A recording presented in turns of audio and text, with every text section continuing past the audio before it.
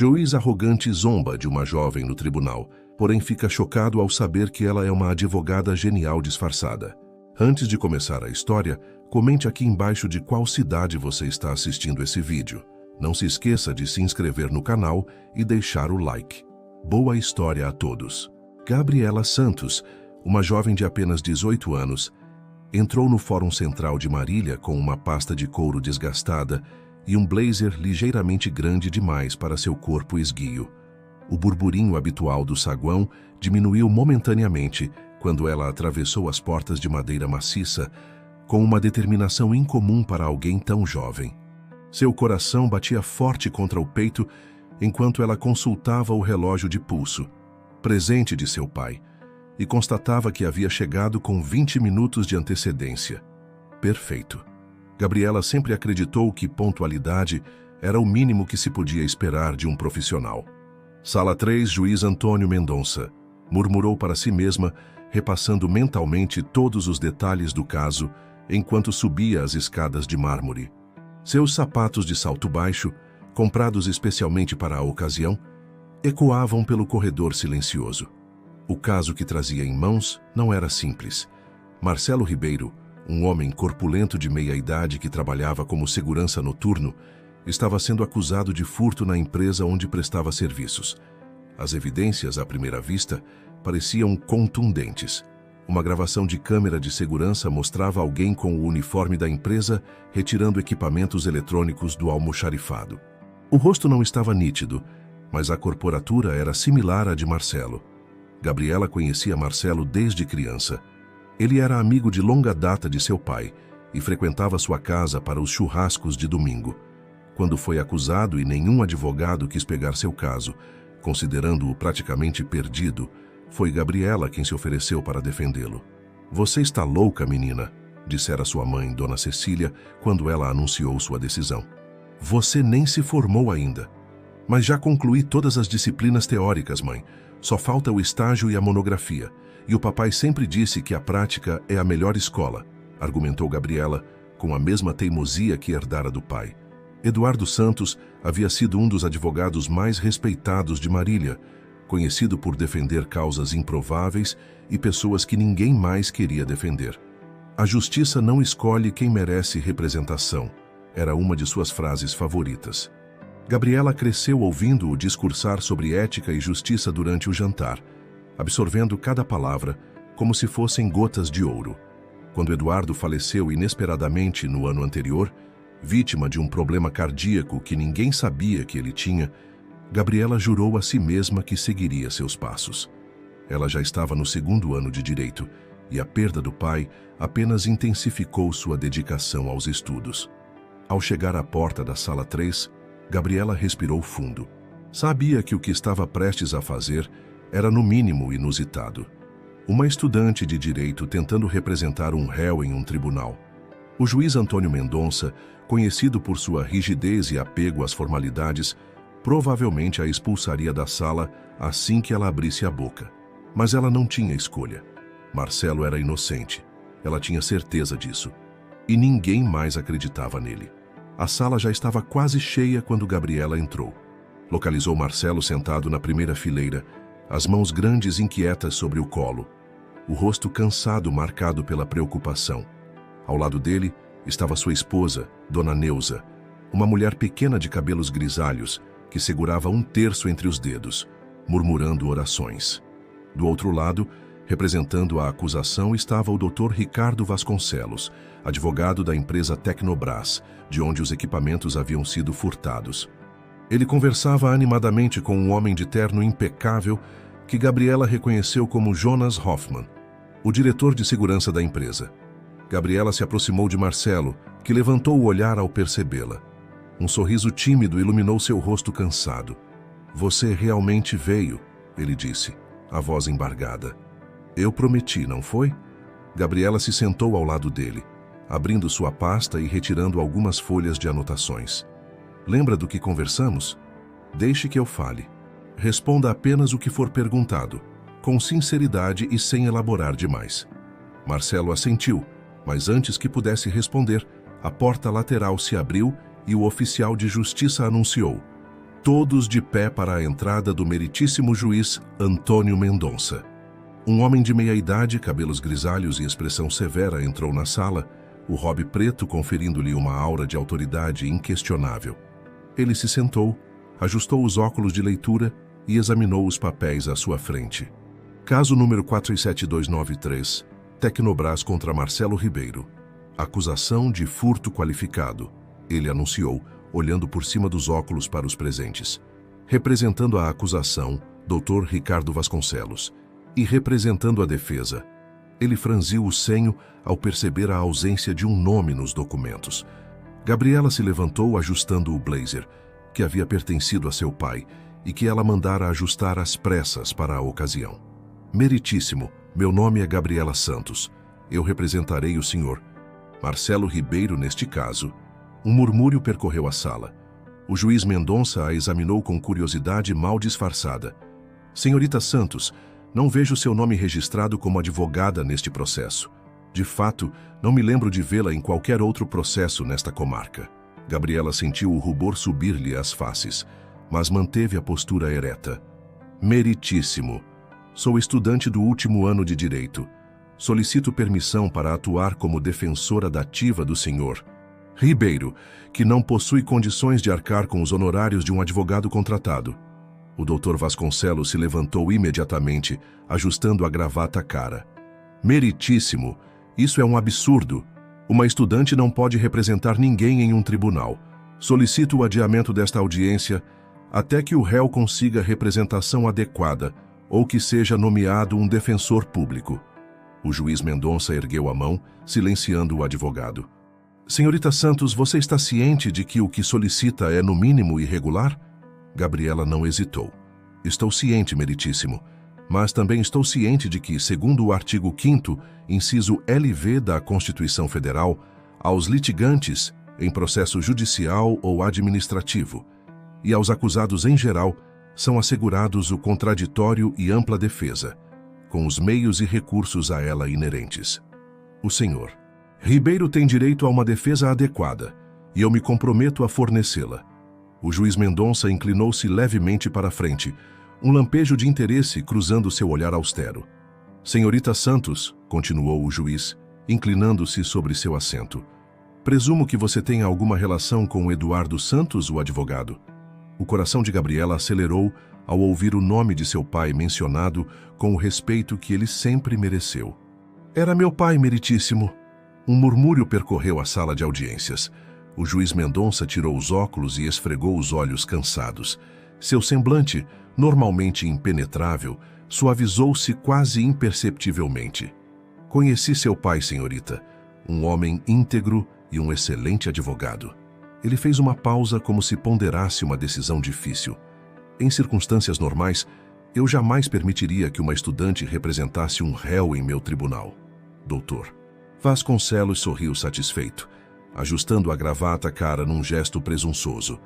No entanto, continuou o juiz, surpreendendo a todos, considerando a natureza deste caso e a ausência de recursos do acusado para contratar representação legal adequada, permitirei que a senhorita atue como assistente de defesa, sob minha supervisão direta. O sorriso de Vasconcelos desapareceu instantaneamente. Ele se levantou indignado. Meritíssimo, com todo o respeito. Isso é uma afronta ao decoro jurídico. A senhorita não tem habilitação legal para... Dr. Vasconcelos, interrompeu o juiz com voz cortante. A decisão está tomada. Se o senhor tem alguma objeção formal, pode apresentá-la por escrito. Prosseguiremos com a audiência. Gabriela mal conseguia acreditar. Suas mãos tremiam levemente enquanto organizava seus documentos. Ao seu lado, Marcelo parecia igualmente surpreso, alternando olhares entre ela e o juiz. Muito obrigada, meritíssimo, disse Gabriela, procurando manter a voz firme. Prometo honrar esta oportunidade. O juiz assentiu brevemente. Não me faça me arrepender desta decisão, senhorita Santos. Prossigamos. A acusação pode apresentar suas alegações iniciais. Dr. Vasconcelos levantou-se, ainda visivelmente irritado, mas rapidamente assumiu sua postura profissional. Com gestos eloquentes e voz modulada, começou a tecer sua narrativa acusatória. Meritíssimo. No dia 15 de abril deste ano, Entre 23 e meia-noite, foram subtraídos do almoxarifado da Tecnobras 5 notebooks de última geração, 3 tablets corporativos e 2 protótipos em desenvolvimento, causando um prejuízo estimado em R$70 mil à empresa. As câmeras de segurança registraram claramente um indivíduo usando o uniforme da equipe de segurança, acessando o local com um cartão magnético, desativando momentaneamente as câmeras internas e removendo os equipamentos. Ele fez uma pausa dramática, apontando para Marcelo. O réu, Marcelo Ribeiro, era o único segurança escalado para aquele turno. Somente ele possuía acesso às chaves e cartões necessários. Além disso, o sistema biométrico registrou sua entrada no setor às 23h12, exatamente quando a subtração começou a ocorrer. Vasconcelos prosseguiu, detalhando cada evidência com precisão cirúrgica. Os registros de acesso, as gravações das câmeras externas, o depoimento do diretor de segurança Jonas Hoffman, confirmando que apenas Marcelo tinha as credenciais necessárias naquela noite. Quando terminou, 20 minutos depois, até mesmo Gabriela sentia o peso das evidências contra seu cliente. Mas ela não se abalou. Durante toda a exposição da acusação, havia feito anotações meticulosas, identificando contradições e pontos fracos que explorariam. A defesa pode apresentar suas considerações iniciais, anunciou o juiz Mendonça, direcionando um olhar penetrante a Gabriela. Ela se levantou, ajustando o blazer grande demais. As risadinhas abafadas que ouviu ao fundo só aumentaram sua determinação. Respirou fundo, lembrando-se dos conselhos de seu pai. Nunca comece apologético. Abra com convicção. Meritíssimo, começou sua voz firme ecoando pela sala. A acusação apresentou uma narrativa aparentemente convincente, mas fundamentalmente falha. O Sr. Marcelo Ribeiro não apenas é inocente das acusações que lhe são imputadas, como é vítima de uma elaborada armação para encobrir irregularidades administrativas dentro da própria Tecnobras. Jonas Hoffman se remexeu desconfortavelmente em seu assento. Gabriela notou o movimento pelo canto do olho e continuou com ainda mais convicção. Demonstraremos ao longo desta audiência que as evidências apresentadas foram manipuladas, que os registros biométricos foram forjados e que existe uma discrepância crucial no próprio vídeo de segurança que supostamente incrimina meu cliente. Dr. Vasconcelos deixou escapar uma risada sarcástica. Meritíssimo! A defesa está claramente tentando construir teorias conspiratórias para desviar a atenção das evidências concretas. O juiz Mendonça levantou a mão, silenciando-o. Dr. Vasconcelos, a senhorita Santos tem direito à sua exposição sem interrupções, assim como o senhor teve. Prossiga, senhorita. Gabriela agradeceu com um aceno e continuou. Como primeira testemunha, gostaria de chamar o senhor Jonas Hoffman, diretor de segurança da Tecnobras. Hoffman pareceu surpreso com a convocação imediata, mas levantou-se e dirigiu-se ao banco das testemunhas. Após o juramento, Gabriela aproximou-se com passos medidos, carregando sua pasta desgastada. Sr. Hoffman, o senhor afirmou em seu depoimento escrito que o sistema de segurança da Tecnobras é virtualmente impenetrável, correto? Hoffman assentiu com confiança. Sim, investimos mais de R$1 milhão no último ano para modernizar todo o sistema. Cartões de acesso encriptados, reconhecimento biométrico, câmeras de alta definição com detecção de movimento. É um dos sistemas mais avançados de Marília. E o senhor pessoalmente supervisionou esta modernização? Sim, foi meu projeto principal nos últimos 18 meses. Gabriela assentiu, como se admirasse a competência do homem. Então, retirou da pasta um conjunto de documentos. Senhor Hoffman, o senhor poderia explicar por que, sendo um sistema tão sofisticado, as gravações das câmeras internas são armazenadas sem criptografia em um servidor que pode ser acessado remotamente por qualquer pessoa com credenciais de administrador? Hoffman hesitou, visivelmente desconfortável. Bem, é uma questão técnica. O sistema permite acesso remoto para manutenção, mas apenas para pessoal autorizado. E quantas pessoas possuem esse nível de acesso? Apenas eu e o diretor de TI. O senhor tem certeza disso? Hoffman franziu o senho. Absoluta. Gabriela então retirou outro documento de sua pasta. Meritíssimo. Gostaria de apresentar como evidência o registro de acessos administrativos ao servidor de segurança da Tecnobras nos últimos 6 meses, obtido através de pedido formal ao Departamento de TI. Ela entregou cópias ao juiz e à acusação. Como podem ver, além do Sr. Hoffman e do diretor de TI, existem mais 3 usuários com privilégios administrativos, todos criados nos últimos 3 meses. O Sr. Hoffman pode explicar quem são esses usuários adicionais? O rosto de Hoffman empalideceu visivelmente enquanto examinava o documento. A sala de audiências mergulhou em um silêncio tenso, quebrado apenas pelo ruído do ar-condicionado e pelo som distante de passos no corredor do fórum. Eu não reconheço esses usuários, admitiu finalmente com voz quase inaudível. Senhor Hoffman, continuou Gabriela, aproximando-se mais da testemunha. O senhor verificou pessoalmente as gravações do dia do suposto furto? Sim, claro, respondeu rapidamente, recuperando um pouco de sua compostura. E o senhor notou alguma inconsistência nessas gravações? Hoffman ajustou a gravata, visivelmente desconfortável. Não, nenhuma. Gabriela sorriu levemente, como seu pai costumava fazer quando estava prestes a revelar uma carta na manga. Meritíssimo. Gabriela se dirigiu ao juiz. Solicito permissão para exibir o vídeo de segurança que supostamente incrimina meu cliente. O juiz Mendonça assentiu. Prossiga.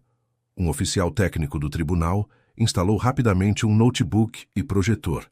A sala escureceu levemente e a gravação começou a ser reproduzida na parede branca ao lado da mesa do juiz.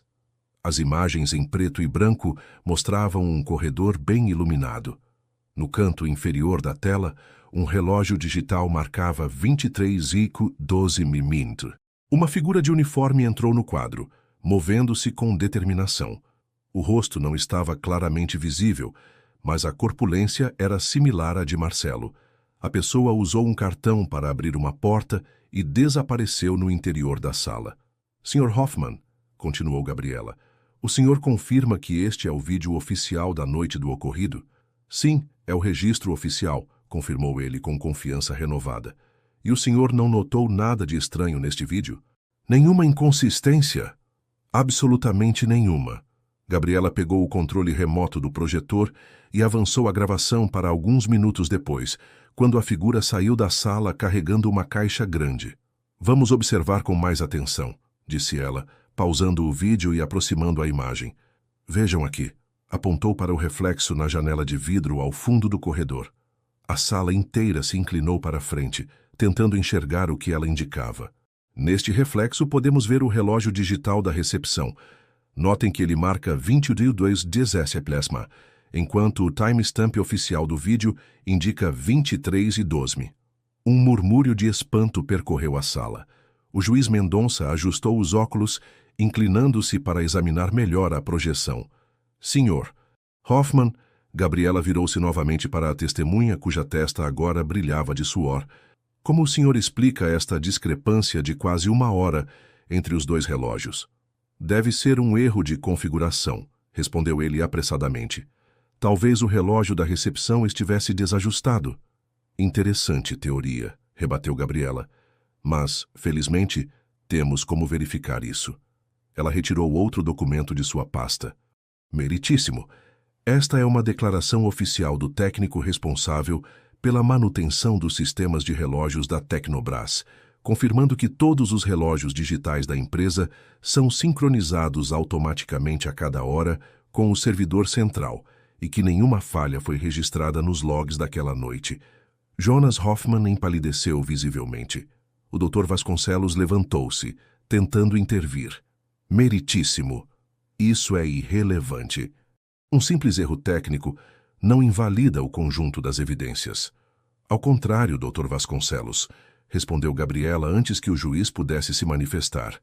Esta discrepância comprova que o vídeo foi manipulado. Alguém editou a gravação, alterando o timestamp oficial, mas esqueceu-se de verificar o reflexo do outro relógio. O juiz Mendonça olhou severamente para Jonas Hoffman. O senhor tem alguma explicação para isso? Hoffman abriu a boca, mas nenhum som saiu. Finalmente balbuciou. Eu não sei explicar isso, meritíssimo.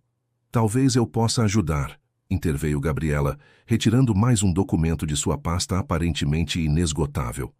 Meritíssimo, este é um relatório da auditoria interna da Tecnobras, datado de 2 semanas antes do suposto furto, indicando um desvio de R$ 120 mil em equipamentos nos últimos 6 meses.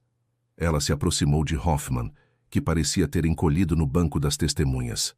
Senhor Hoffman, o senhor foi questionado sobre este desvio, não foi? Como diretor de segurança, o senhor seria o principal responsável. Isso não tem nada a ver com este caso, gaguejou Hoffman. Pelo contrário, rebateu Gabriela, sua voz firme ecoando pela sala silenciosa. Tem tudo a ver, o senhor estava sob investigação interna. Precisava de um bode expiatório. E meu cliente, um simples segurança noturno sem recursos para se defender adequadamente, pareceu o candidato perfeito. Vasconcelos levantou-se novamente, desta vez com indignação genuína. Meritíssimo! A defesa está fazendo acusações gravíssimas sem qualquer fundamento. O juiz levantou a mão, silenciando-o. Senhorita Santos, o que está sugerindo exatamente? Gabriela encarou diretamente Jonas Hoffman, que agora evitava seu olhar. Estou sugerindo, meritíssimo, que o Sr. Hoffman forjou as evidências contra meu cliente para desviar a atenção de suas próprias irregularidades. Ele manipulou o vídeo, falsificou os registros biométricos e plantou evidências para incriminar um inocente. A sala explodiu em comentários. O juiz bateu o martelo várias vezes, restaurando a ordem. Essas são acusações extremamente sérias, senhorita Santos. O senhor tem algo a dizer, senhor. Hoffman parecia ter envelhecido 10 anos nos últimos minutos. Seu rosto estava pálido e gotas de suor escorriam por sua testa. Finalmente, com voz quase inaudível, ele disse: Eu gostaria de falar com meu advogado antes de responder a qualquer outra pergunta.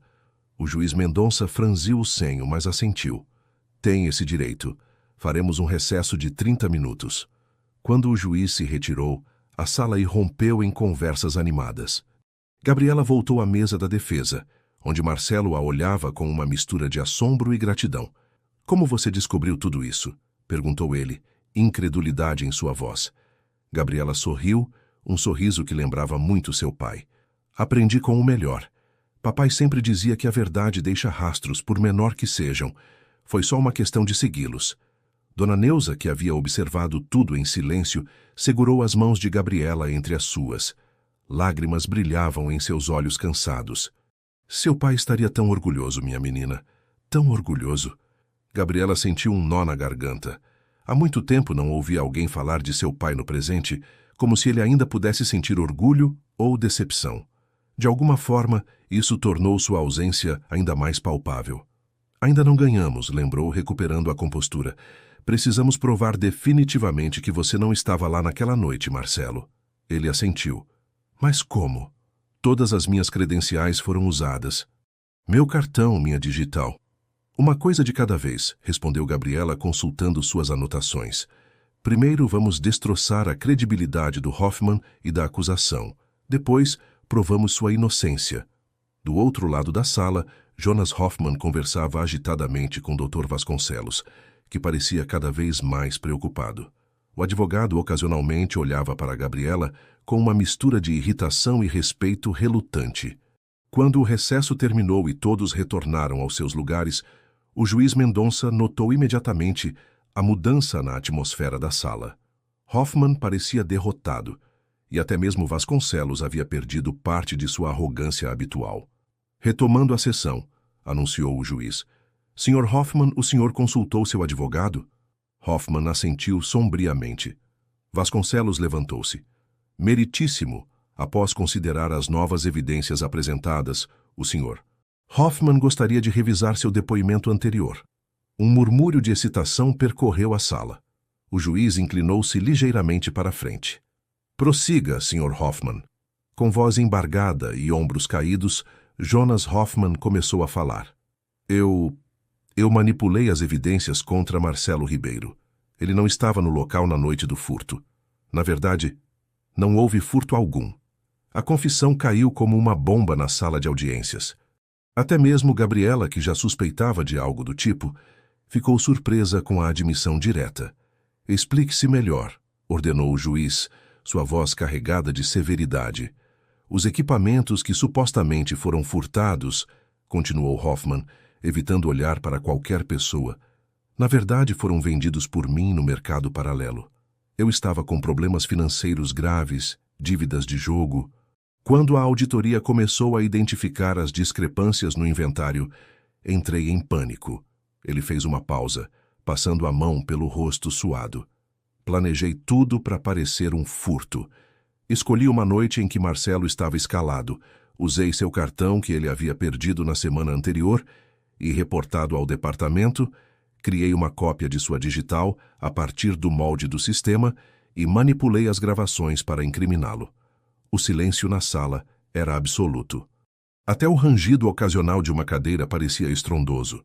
Por que escolheu especificamente o Sr. Ribeiro? Perguntou o juiz. Hoffman abaixou a cabeça, a vergonha evidente em cada linha de seu corpo encurvado. Eu escolhi Marcelo, porque ele era o funcionário mais novo com menos tempo de casa. Achei que seria mais fácil que acreditassem que ele havia cedido à tentação. E porque ele morava em um bairro mais simples, dirigia um carro velho. Parecia conveniente. O desprezo na voz do juiz Mendonça era palpável quando ele respondeu: conveniente. O senhor destruiria a vida de um homem inocente porque era conveniente para suas mentiras. Não era uma pergunta, mas uma constatação carregada de repulsa moral. Gabriela observou a cena com uma mistura de satisfação e indignação. Havia conseguido desmascarar a farsa, mas a facilidade com que Hoffman havia escolhido Marcelo como bode expiatório, baseando-se apenas em preconceitos sobre sua condição social, despertava nela uma raiva profunda. Meritíssimo, interveio o Dr. Vasconcelos, tentando recuperar algo da situação catastrófica. Diante desta reviravolta inesperada, a Tecnobras gostaria de retirar todas as acusações contra o Sr. Ribeiro. A empresa não tinha conhecimento das ações do senhor. Hoffman está profundamente consternada com o ocorrido. Imagino que sim, respondeu o juiz secamente, especialmente considerando que o senhor acabou de ouvir que sua empresa perdeu equipamentos no valor de R$120 mil, significativamente mais que os R$70 mil inicialmente reportados. Vasconcelos engoliu em seco, claramente desconfortável. A senhorita Santos ainda não concluiu sua apresentação, continuou o juiz, voltando-se para Gabriela. Gostaria de prosseguir? Gabriela levantou-se, sentindo que, apesar da confissão de Hoffman, ainda havia mais a ser exposto. Sim, meritíssimo. Embora a confissão do Sr. Hoffman seja esclarecedora, ainda é fundamental estabelecermos definitivamente a inocência do Sr. Ribeiro, demonstrando que ele sequer estava na Tecnobras na noite em questão. O juiz assentiu. Prossiga.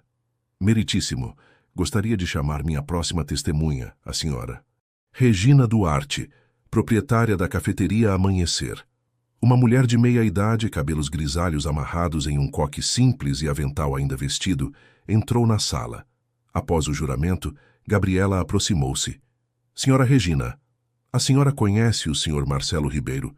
Sim, ele é cliente regular do meu café há anos. Praticamente toda noite antes do trabalho, ele passa lá para tomar um café forte e comer um de meus pães de queijo. E a senhora o viu na noite de 15 de abril deste ano? Com certeza.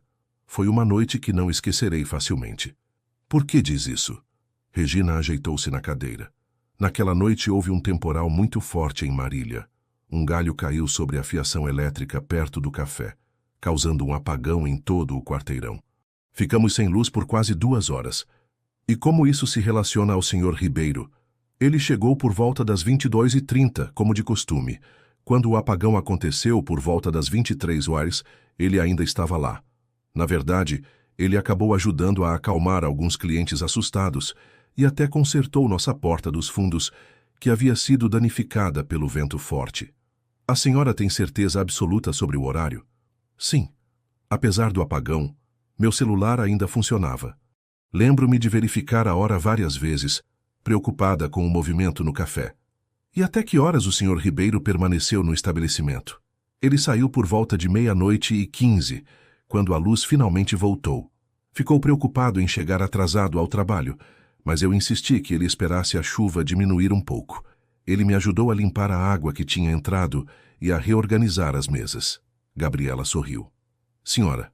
Regina, a cafeteria Amanhecer fica a que distância da Tecnobras? A cerca de 5 quilômetros, do outro lado da cidade.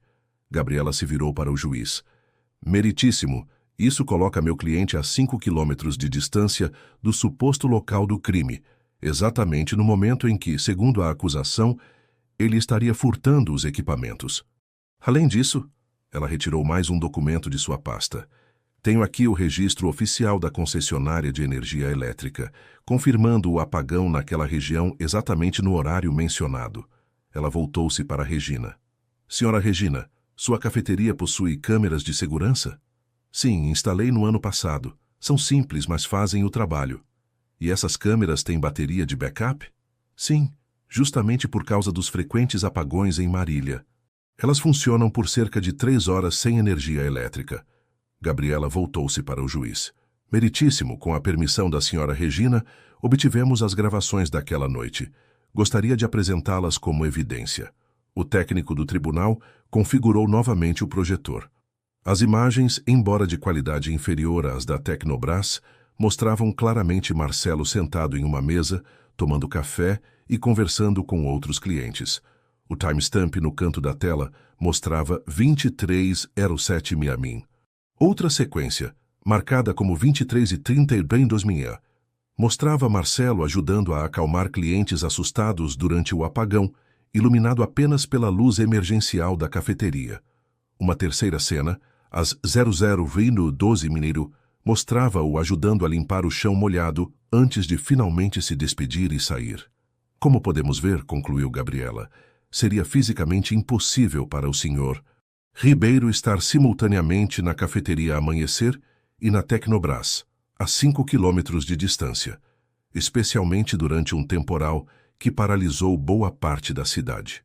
A sala permaneceu em silêncio absoluto enquanto o juiz examinava as evidências. Mesmo o sempre articulado Dr. Vasconcelos parecia ter ficado sem palavras. Além disso, continuou Gabriela, saboreando o momento, tenho aqui os registros de mensagens de texto trocadas entre o senhor Ribeiro e o supervisor da Tecnobras, Sr. Paulo Mendes, naquela mesma noite. Ela exibiu os registros no projetor.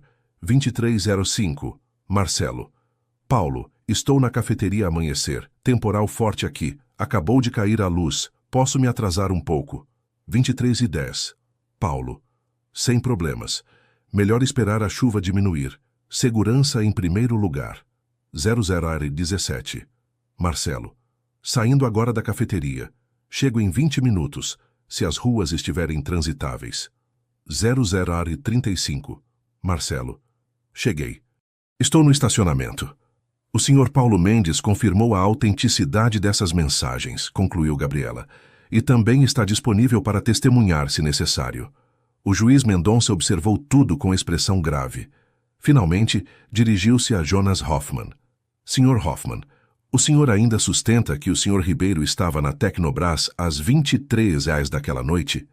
Hoffman, já completamente derrotado, apenas balançou a cabeça negativamente. Não, senhor. Como confessei, forjei todas as evidências. O juiz Mendonça ajustou os óculos observando a sala de audiências com a expressão severa que havia se tornado sua marca registrada ao longo de 30 anos de magistratura. Quando falou, sua voz ressoou clara e firme pelo recinto silencioso. Em 40 anos de carreira jurídica, primeiro como promotor e depois como juiz, poucas vezes presenciei uma manipulação tão calculada do sistema judicial como a que vimos hoje. E felizmente pouquíssimas vezes testemunhei uma defesa tão brilhante e meticulosa. Seu olhar, normalmente impenetrável, dirigiu-se a Gabriela com algo próximo da admiração. Senhorita Santos, a senhorita honrou o legado de seu pai hoje. Eduardo teria muito orgulho. Gabriela sentiu um nó na garganta. Era a primeira vez, desde o falecimento de seu pai, que alguém falava dele dessa forma. Não com pena ou nostalgia, mas com respeito profissional. Obrigada, meritíssimo. conseguiu responder a voz ligeiramente embargada. O juiz voltou-se para Marcelo, que permanecia sentado, as mãos ainda inquietas sobre o colo, como se não acreditasse completamente no que estava acontecendo. Senhor Ribeiro, em nome do sistema judicial que o senhor deveria servir e proteger, ofereço minhas mais sinceras desculpas pelo constrangimento e sofrimento desnecessários que o senhor e sua família enfrentaram nestes últimos meses. Marcelo apenas assentiu, palavras falhando-lhe naquele momento. Diante das evidências apresentadas e da confissão do Sr. Hoffman, continuou o juiz, declaro o Sr. Marcelo Ribeiro inocente de todas as acusações. O caso está encerrado. Ele bateu o martelo com firmeza. A sala irrompeu em aplausos espontâneos. Dona Neuza, que havia acompanhado tudo em silêncio, finalmente deixou as lágrimas correrem livremente enquanto abraçava o marido com força. Gabriela observou a cena, uma sensação de completude preenchendo o vazio que carregava desde a perda de seu pai. O juiz Mendonça levantou a mão, restabelecendo a ordem. Quanto ao senhor Jonas Hoffman, ordeno sua prisão imediata por falsificação de provas, perjúrio e obstrução da justiça. O Ministério Público deverá avaliar as acusações adicionais relacionadas ao desvio de equipamentos da Tecnobras. 2 oficiais de justiça aproximaram-se de Hoffman, que agora parecia uma sombra do homem arrogante que entrara no tribunal horas antes. A audiência está encerrada. Com mais uma batida do martelo, o juiz Mendonça retirou-se. Gradualmente, a sala começou a esvaziar-se. Dr. Vasconcelos aproximou-se de Gabriela estendendo a mão. Impressionante trabalho, senhorita Santos, disse ele, com um respeito relutante. Se estiver interessada em um estágio quando se formar, a Vasconcelos Advogados Associados teria muito a ganhar com seu talento. Gabriela aceitou o aperto de mão com um sorriso educado. Obrigada, Dr. Vasconcelos. Considerarei sua oferta. Assim que ele se afastou, Marcelo e Neuza abraçaram Gabriela simultaneamente, quase derrubando-a. Você salvou minha vida, menina, murmurou Marcelo, a voz embargada. Como poderei agradecer? Não precisa agradecer, respondeu Gabriela, desvencilhando-se gentilmente do abraço. Meu pai sempre disse que a justiça não é um favor a ser agradecido, mas um direito a ser exigido. Eduardo estaria explodindo de orgulho, afirmou Neuza, enxugando as lágrimas. Você tem o mesmo fogo nos olhos que ele tinha quando defendia suas causas impossíveis. Enquanto guardava seus documentos, Gabriela foi surpreendida pela presença silenciosa do juiz Mendonça, que havia retornado à sala quase vazia. Senhorita Santos, poderia me conceder um momento? Claro, meritíssimo. Eles caminharam juntos até a janela que dava para o jardim interno do fórum. Conheci seu pai quando éramos jovens advogados, começou o juiz, o olhar perdido na paisagem. Éramos diferentes em quase tudo. Ele, o idealista apaixonado, eu, pragmático e por vezes cínico. Chegamos a nos enfrentar em alguns casos memoráveis. Ele fez uma pausa, um leve sorriso nostálgico aparecendo em seu rosto normalmente austero. Nesses embates aprendi algo valioso, que o sistema judicial funciona melhor quando idealismo e pragmatismo se equilibram. Seu pai nunca perdeu a fé na justiça, mesmo nos momentos mais sombrios. Ele me ensinou isso desde pequena, confirmou Gabriela. Lembro-me dele dizendo que a justiça é como uma planta delicada. Precisa ser cultivada diariamente, ou morre. O juiz Mendonça assentiu. Uma metáfora muito adequada. Senhorita Santos, não tenho dúvidas de que a senhorita terá uma carreira brilhante pela frente. Mas permita-me um conselho, não como juiz, mas como alguém que viu muitos jovens talentos se perderem no caminho. Ele se virou para encará-la diretamente. Não deixe que o cinismo do mundo jurídico apague sua chama. É fácil, depois de algumas derrotas amargas, começar a ver a lei apenas como um jogo de palavras e poder. Resista a essa tentação. Mantenha vivo o legado de seu pai, esse equilíbrio raro entre competência técnica e profunda humanidade. Gabriela sentiu o peso daquelas palavras. Farei o possível, meritíssimo. Tenho certeza que sim. E, por favor, quando se formar oficialmente, considere um estágio em meu gabinete. Preciso de mentes jovens e idealistas para contrabalançar meu pragmatismo enrijecido pelos anos. Com um leve aceno de cabeça, o juiz se retirou, deixando Gabriela sozinha com seus pensamentos. Ao sair do tribunal, ela foi recebida por uma pequena multidão. Amigos de Marcelo, colegas da faculdade que haviam ouvido sobre o caso, e até mesmo alguns jornalistas locais. "Gabriela, Gabriela!" chamou Leonardo, seu colega de turma, abrindo caminho entre as pessoas. "Isso foi incrível. Como você descobriu aquela discrepância no vídeo?" "Não foi fácil", ela respondeu, tentando desviar-se das câmeras dos celulares apontados em sua direção. "Passei noites assistindo aquela gravação frame por frame." Outros estudantes de direito se aproximaram, disparando perguntas sobre técnicas jurídicas, estratégias de defesa, como ela havia conseguido os documentos. Gabriela respondeu pacientemente a cada uma, mas seus olhos procuravam um rosto específico na multidão. Finalmente, avistou-o, Renato, seu irmão mais velho, encostado em seu carro velho, observando tudo com um sorriso discreto. Quando seus olhares se encontraram, ele simplesmente assentiu, um gesto silencioso de aprovação que significava mais para ela do que todos os aplausos. Renato, também advogado, havia assumido os casos do pai após sua passagem. Ao contrário de Gabriela, ele era reservado, metódico, preferindo trabalhar nos bastidores.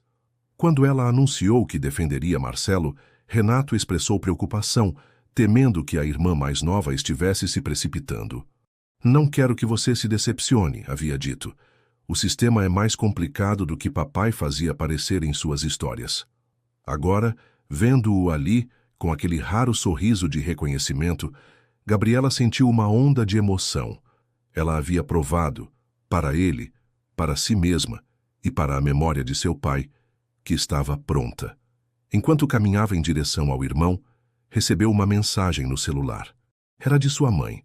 Papai costumava dizer que a verdadeira justiça acontece quando alguém se recusa a aceitar a injustiça. "Você fez isso hoje, filha. Estamos esperando com um jantar especial para comemorar." Gabriela guardou o celular, um sorriso iluminando seu rosto. Pela primeira vez desde a perda de seu pai, ela não sentia apenas a dor da ausência, mas também o calor de seu legado vivo através de suas próprias ações. "E então?" perguntou Renato, quando ela se aproximou. "Como se sente depois de fazer história no Fórum de Marília?" Gabriela ajustou o blazer grande demais, o blazer de seu pai, e respondeu com simplicidade: "Sinto que estou exatamente onde deveria estar." 6 meses se passaram desde o julgamento que mudou a vida de Gabriela Santos. O caso Marcelo Ribeiro versus Tecnobras havia se tornado um tópico de estudo obrigatório nas aulas de prática jurídica da Faculdade de Direito de Marília, frequentemente citado como exemplo de como evidências aparentemente sólidas podem ser desmanteladas por uma defesa meticulosa. Numa tarde ensolarada de setembro, Gabriela atravessava o campus universitário, carregando uma pilha de livros. Agora, no último semestre, ela dividia seu tempo entre as aulas finais, a monografia e o estágio no gabinete do juiz Mendonça, uma oportunidade que muitos consideravam extraordinária para uma estudante que ainda nem havia se formado. "Santos!" Uma voz familiar a fez parar. Era o Dr. Vieira, professor de Direito Penal, um senhor de cabelos brancos e expressão normalmente austera, conhecido por seu rigor implacável. "Professor!" cumprimentou Gabriela, ajustando a pilha de livros nos braços. "Acabei de ler seu artigo sobre falhas processuais no sistema judiciário brasileiro. Impressionante análise, devo dizer." Gabriela sentiu o rosto corar levemente. Vindo do Dr. Vieira, aquilo era praticamente um louvor em praça pública. "Obrigada, professor. Usei muito da experiência do caso Ribeiro." "Percebi. E foi justamente essa fundamentação prática que deu força ao seu argumento teórico." Ele fez uma pausa, como se considerasse cuidadosamente suas próximas palavras. "Sabe, Santos, quando seu pai era meu aluno, há mais de 20 anos, ele apresentou uma tese semelhante. Obviamente, com menos refinamento técnico, mas com a mesma paixão subjacente." A menção ao pai ainda causava uma pequena contração no peito de Gabriela, mas agora vinha acompanhada de uma sensação de orgulho tranquilo, não mais de dor aguda. Ele guardava todos os trabalhos acadêmicos, respondeu ela sorrindo. Encontrei vários deles quando organizava seu escritório, inclusive alguns com suas anotações nas margens, professor. O Dr. Vieira riu, um som raramente ouvido nos corredores da faculdade. Eduardo era teimoso. Sempre contestava minhas correções, mas, diferente de outros alunos, ele apresentava argumentos sólidos. Eles conversaram por mais alguns minutos antes que o professor precisasse ir para sua próxima aula. Enquanto se afastava, ele se virou. Ah, Santos, soube que recebeu ofertas de grandes escritórios de São Paulo. Já decidiu? Gabriela assentiu. Sim, professor. Já decidi. Ela continuou seu caminho até a biblioteca, onde havia marcado o encontro com Carla e Felipe, seus parceiros no projeto de assistência jurídica gratuita que haviam fundado juntos após o caso Ribeiro. O Centro de Assistência Jurídica Eduardo Santos, carinhosamente apelidado de CAGES pelos alunos, havia começado como uma pequena iniciativa entre amigos. Gabriela com sua experiência inesperada em defesa criminal, Carla com seu conhecimento enciclopédico em direito civil e Felipe com seu talento natural para a mediação de conflitos. Hoje, apenas 6 meses depois, o CAGES ocupava uma sala cedida pela faculdade e contava com a participação voluntária de mais de 30 estudantes. Atendia principalmente moradores de bairros periféricos de Marília, pessoas que, como Marcelo, provavelmente seriam engolidas pelo sistema sem uma defesa adequada. Finalmente, exclamou Carla quando Gabriela entrou na sala improvisada da biblioteca que usavam para reuniões. Estávamos prestes a começar sem você. Desculpem o atraso. Encontrei o Dr. Vieira no caminho. Gabriela colocou os livros sobre a mesa. Onde estamos com o caso da dona Jurema? Felipe abriu uma pasta. Conseguimos a liminar para impedir o despejo. Ela pode ficar no imóvel até o julgamento do mérito, mas ainda precisamos de uma estratégia mais sólida para a ação principal. Por quase 2 horas, os 3 discutiram estratégias para os 5 casos mais urgentes que o CAGES estava atendendo. Era um trabalho exaustivo, muitas vezes frustrante, mas que trazia a Gabriela uma satisfação que nenhuma oferta de emprego em escritórios renomados conseguia igualar. Quando terminaram, já passava das 7 da noite. Felipe se despediu apressadamente. Tinha um encontro com seu namorado. Carla ficou observando Gabriela organizar suas anotações com meticulosidade. E então? Perguntou finalmente. Você contou para ele sobre sua decisão? Gabriela levantou o olhar. Não exatamente. O Dr. Vieira perguntou se eu já havia decidido, e eu apenas confirmei que sim. Carla suspirou. Você sabe que todos esperam que você aceite a oferta do Vasconcelos em Associados, não é? Ou pelo menos a do escritório do Dr. Mendes em São Paulo. Até sua mãe comentou que seria uma oportunidade incrível. Eu sei. Gabriela fechou sua pasta. Mas não é o que eu quero.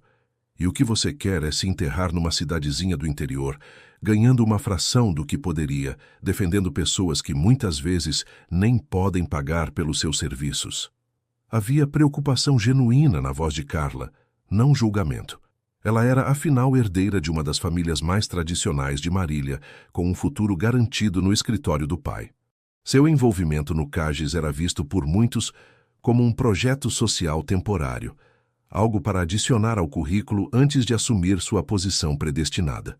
Não vejo dessa forma, respondeu Gabriela, enquanto saíam da biblioteca para a noite agradável. Não estou me enterrando, estou construindo algo que importa. Elas caminharam em silêncio por alguns minutos, atravessando o campus quase deserto àquela hora. Meu pai costumava dizer, continuou Gabriela, que existem 2 tipos de advogados. Os que veem a lei como um meio de ganhar dinheiro e status, e os que a veem como uma ferramenta para construir um mundo mais justo. Ele nunca condenou os primeiros. Dizia que também são necessários para o sistema. Mas deixou claro que sua satisfação vinha de pertencer ao segundo grupo. Carla sorriu.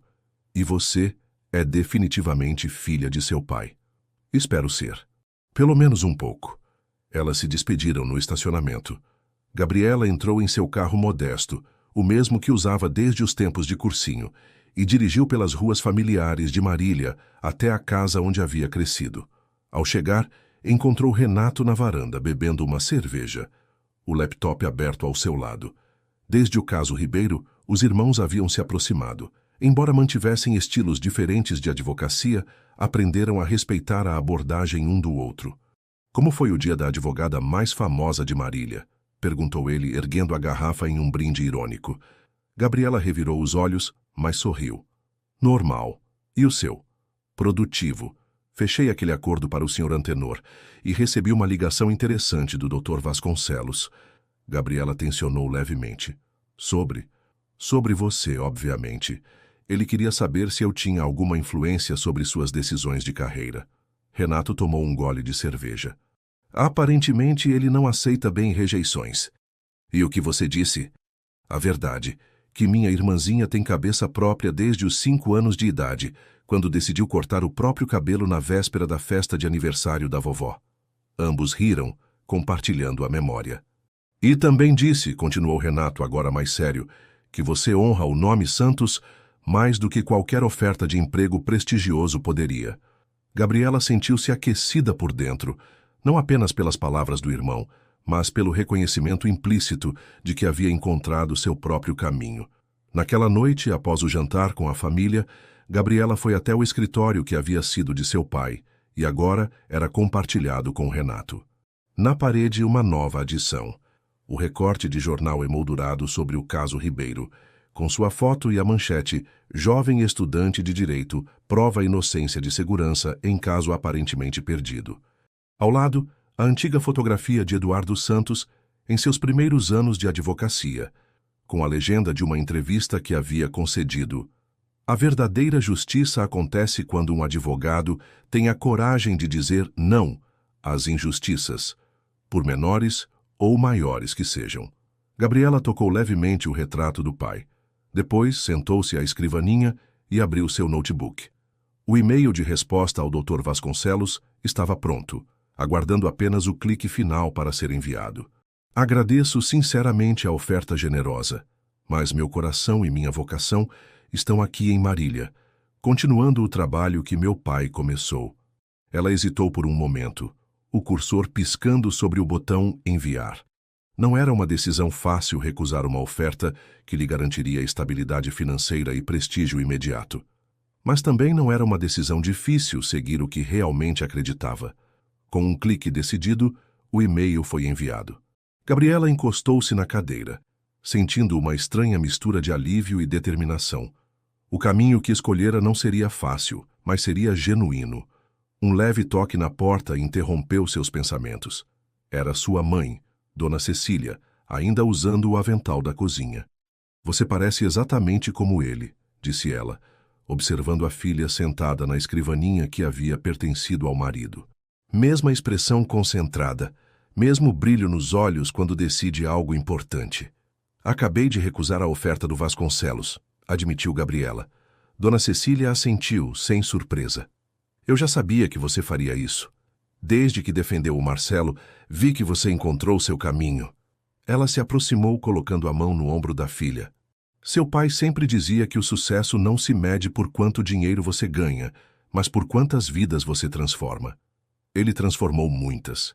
E você seguirá seus passos do seu jeito. Dona Cecília beijou o topo da cabeça da filha. Venha, o jantar está esfriando. Antes de sair, Gabriela lançou um último olhar ao retrato do pai. Por um breve momento, quase sentiu sua presença no escritório, não como um fantasma ou uma memória dolorosa, mas como uma inspiração contínua, um legado vivo que ela agora carregava adiante, à sua própria maneira. Na manhã seguinte, Gabriela chegou cedo ao pequeno escritório improvisado do Cagis. Tinha uma audiência às 10 horas, sua primeira como representante oficial de um cliente desde o caso Ribeiro. Desta vez, não como uma estudante tentando provar algo, mas como uma futura advogada que já havia encontrado sua vocação. Enquanto organizava seus documentos, ouviu uma batida tímida na porta. Era Marcelo Ribeiro, acompanhado por um rapaz jovem que parecia extremamente nervoso. Gabriela, começou Marcelo. Este é meu sobrinho, Lucas. Ele está com um problema e... Bem, eu disse a ele que você poderia ajudar. Lucas deu um passo à frente, as mãos inquietas espelhando a postura que Marcelo tinha no dia de seu julgamento. Oi, Lucas. Gabriela sorriu, indicando as cadeiras para que se sentassem. Me conte o que está acontecendo. Enquanto ouvia a história do rapaz, um caso de discriminação no trabalho, Gabriela sentiu uma certeza profunda de que estava exatamente onde deveria estar. Não em um escritório luxuoso em São Paulo, nem em um tribunal internacional, mas ali em Marília, ouvindo as histórias das pessoas comuns que precisavam de alguém que acreditasse nelas. Este, afinal, era o verdadeiro legado de Eduardo Santos. Não apenas ser uma advogada brilhante, mas ser uma defensora daqueles que o sistema muitas vezes esquecia ou ignorava. E Gabriela, sua filha em espírito e vocação, estava pronta para carregar esse legado adiante. Muito obrigado por acompanhar a jornada de Gabriela. Se você se emocionou com esta história de determinação, justiça e respeito ao legado familiar, não deixe de se inscrever no canal e deixar seu like. Isso nos ajuda muito a continuar trazendo histórias que tocam o coração. Todos os dias compartilhamos narrativas inspiradoras sobre superação e coragem, então fique à vontade para explorar e encontrar sua próxima história favorita. E não se esqueça de contar nos comentários o que você achou da decisão de Gabriela. Você faria o mesmo? Estamos ansiosos para conhecer sua opinião. Nos vemos amanhã com mais uma história incrível.